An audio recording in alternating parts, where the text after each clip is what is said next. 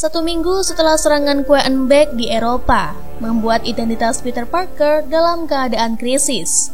Bagaimana tidak, setelah kekalahannya, Queen melakukan live streaming nasional dengan teknologi drone-nya untuk membeberkan identitas asli Spider-Man, serta menuduhnya sebagai pembunuh.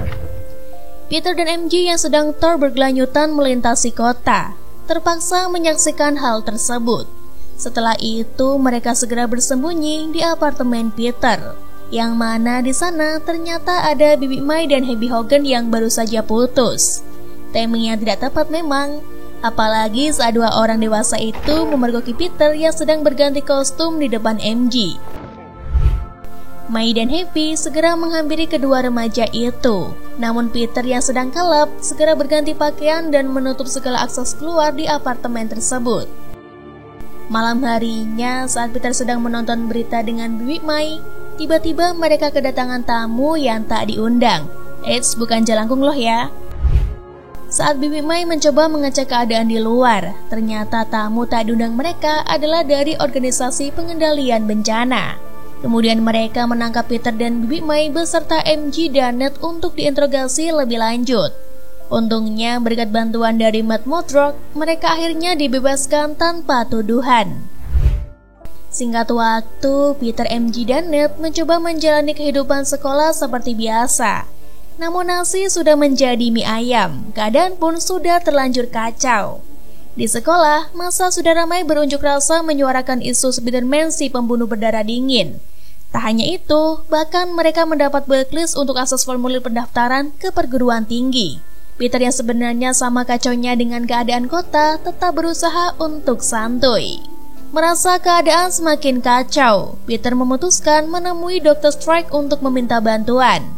Ia pergi ke Sandstorm dan memintanya membacakan mantra untuk membuat orang lupa bahwa dia adalah Spider-Man.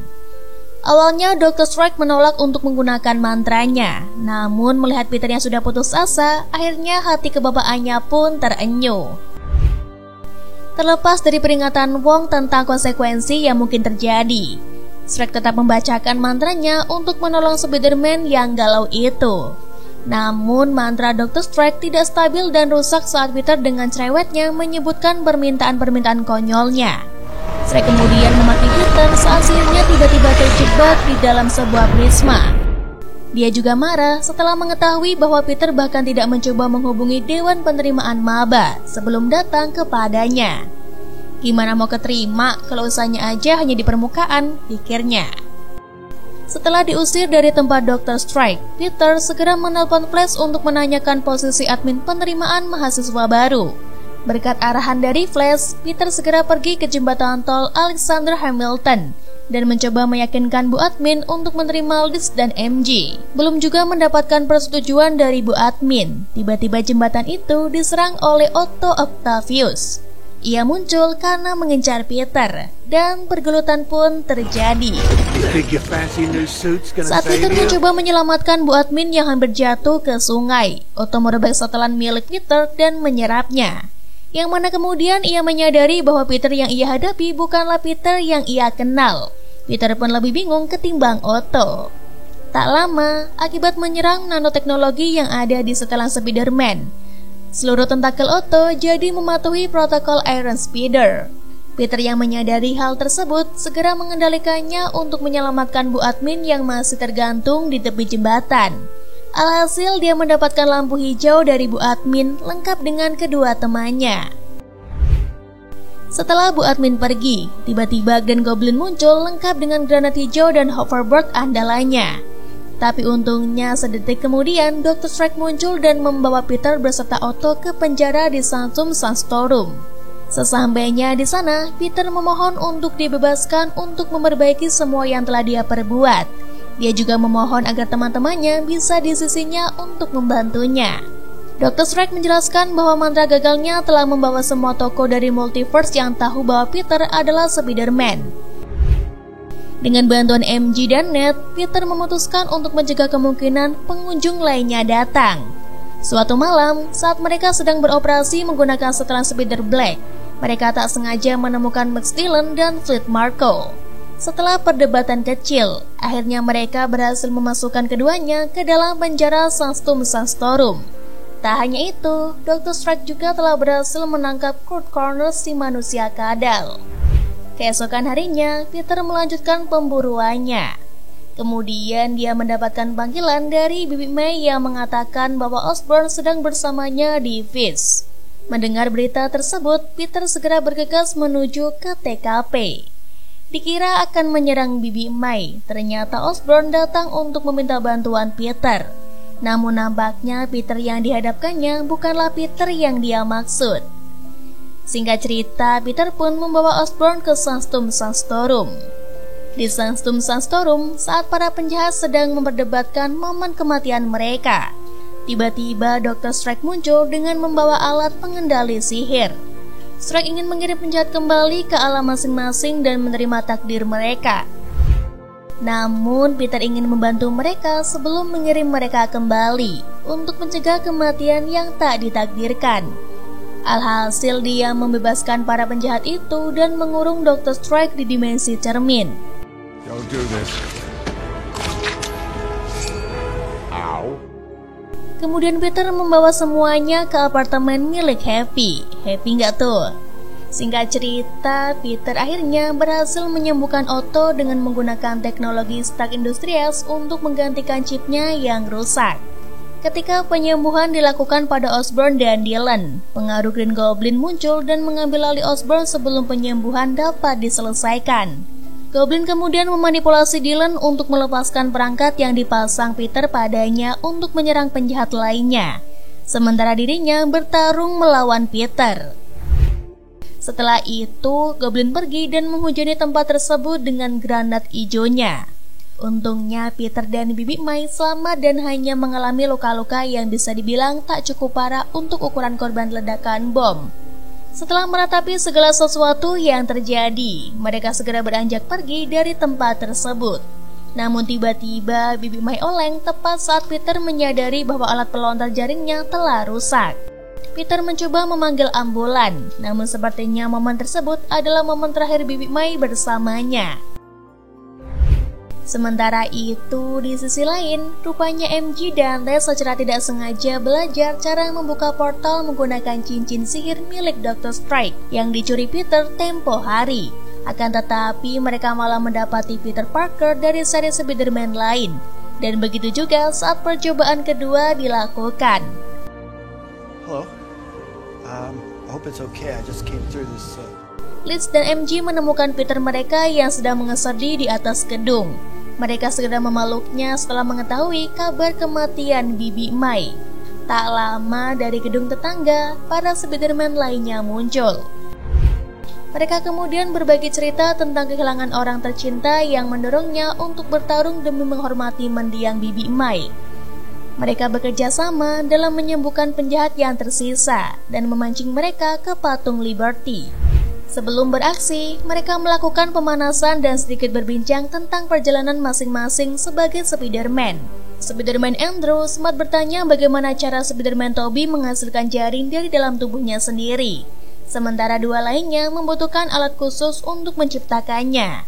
Namun Spider-Man Tobey hanya menjawab seadanya, karena memang sudah dari sananya seperti itu. Saat sedang asik-asiknya ngerumpi, tiba-tiba Spider-Man Tom menyadari ada yang datang. Yaps, dia adalah Max si babang berpetir. Setibanya Max di patung Liberty, dia langsung disambut oleh Spider-Man Andrew yang sebelumnya pernah bertarung melawannya di Amazing Spider-Man 2. Melihat musuh sudah bermunculan, Spider-Man Tom segera mengoper alat pengendali sihir milik Dr. Strike pada kedua sahabatnya yang sudah standby di depan portal. Namun saat Ned berusaha menutup portal tersebut tak mau menutup. Oke, kembali ke pertarungan trio laba-laba. Setelah mereka berhasil menaklukkan monster kadal dan para pria ngeres, mereka kembali bergabung untuk mengalahkan Max si putra listrik yang sangat kuat karena pengaruh reaktor arc yang tertanam di dadanya. Satu persatu Spider-Man berseliweran di antara manusia listrik itu, hingga Spider-Man Tom menubruknya yang membuat manusia laba-laba itu malah mental menghantam besi konstruksi. Sementara itu, rupanya monster kadal berhasil melepaskan ikatan jaring laba-laba pada tubuhnya. Ia segera berlari menuju portal yang masih belum bisa ditutup juga. Menyadari sahabatnya dalam bahaya, Spider-Man Tom segera berayun dan menyerang kadal tersebut. Di sisi lain, Max tengah menahan Spider-Man Andrew dengan aliran listriknya. Tak lama setelah itu, muncullah Dr. Otto yang kemudian langsung menangkap Spider-Man Tobey dengan tentakel besinya. Dia juga merebut Spider-Man Andrew dari cengkraman listrik Max. Setelah itu, dia berbalik dan mencengkram Max dengan kuat. Kemudian menonaktifkan reaktor arc dengan AC-nya. Tiba-tiba Dr. Strike muncul, yang rupanya secara tidak sengaja niat telah membebaskan pria itu dari dimensi cermin. Dr. Strike yang awalnya mau marah, seketika mereka saat melihat Peter yang berhasil menyembuhkan musuh-musuhnya. Dia pun sedikit terkesan saat mengetahui bahwa Netlah yang membukakan pintu keluar untuknya. Saat Dr. Strike tengah berhadapan dengan ketiga Spider-Man dan berniat untuk mengembalikan semuanya seperti semula, tiba-tiba si setan hijau muncul dari arah belakang dan mencuri alat pengendali sihir yang ada di tangan Dr. Strike. Dia juga melemparkan beberapa rudalnya ke arah penyihir itu. Untungnya dapat dihalau oleh Otto. Kemudian Otto menahan hoverboard Goblin, sementara Dr. Strike merebut kembali barang miliknya. Yang tanpa dia sadari bahwa Goblin sudah menaruh granatnya di dalam kotak tersebut. Seketika ledakan pun terjadi. MJ yang kurang fokus tidak sempat menghindar dan terjatuh dari situ. Spider-Man Tom segera bergegas untuk menangkap ayang bebnya itu. Namun saat dia melompat, tiba-tiba tubuhnya dihantam oleh Goblin. Melihat hal tersebut, Spider-Man Andrew segera melompat untuk menangkap MJ. Sementara itu, Dr. Strike yang berhasil menahan ledakan tersebut dengan sihirnya, mencoba mengendalikan sihirnya yang pernah gagal. Namun sihirnya justru bertambah kuat dan meledak di tempat, yang mengakibatkan terciptanya goresan-goresan mangis di segala penjuru langit. Lantas membuat Dr. Strike mengeluarkan ajian pamungkasnya untuk memperbaiki kerusakan yang telah terjadi. Setelah memastikan MJ dan Ned baik-baik saja, Spider-Man Tom yang marah bertarung dan berniat untuk membunuh Grand Goblin sebagai pembalasan atas kematian bibinya. Saat Goblin sudah kewalahan dan tak sanggup untuk melawan, Spider-Man Tom berniat untuk menunjukkan hoverboard biadab yang ada di dekatnya pada setan hijau itu. Namun aksinya terhalang oleh Spider-Man Tobey yang tidak ingin dirinya di dimensi lain berubah menjadi pembunuh. Akan tetapi sekali setan tetaplah setan. Bukannya insyaf, Goblin justru menikam Spider-Man Tobey dari belakang. Dari kejauhan, Spider-Man Andrew segera melemparkan suntikan penyembuh pada Spider-Man Tobey, yang kemudian segera ditujukkan tepat di leher Goblin yang masih mengoceh di hadapannya. Seketika kesadaran Osborn kembali, dan dia sangat menyesal atas apa yang sudah Goblin perbuat. Melihat langit semakin tak karuan, Spider-Man Tom segera berayun menghampiri Dr. Strike yang masih kewalahan menahan langit terbelah. Penyihir itu juga terus menyalahkan Spider-Man Tom atas segala sesuatu yang terjadi.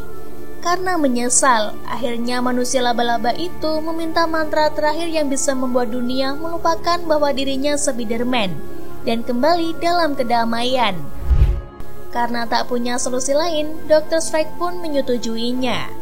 Peter bergegas menemui dua Peter lainnya untuk berpamitan. Kemudian dia berayun menghampiri kedua sahabat setianya dan memeluk mereka dengan erat. Dia juga menjelaskan bahwa mereka akan segera melupakannya begitu mantra diaktifkan. Namun Peter yakin bagaimanapun caranya, dia akan menemukan keduanya dan menjelaskan semuanya dari awal. Hingga akhirnya mereka bisa sama-sama lagi. So sweet. Peter dan MJ mengakui cinta mereka satu sama lain dan berbagi ciuman penuh gairah sebelum mantra resmi diaktifkan. Satu persatu penjahat super maupun Spider-Man kembali ke habitat mereka masing-masing. Dunia pun sepenuhnya lupa akan identitas asli Spider-Man, dan Peter akhirnya bisa melanjutkan kehidupannya seperti biasa. Bedanya kini dia benar-benar seorang diri.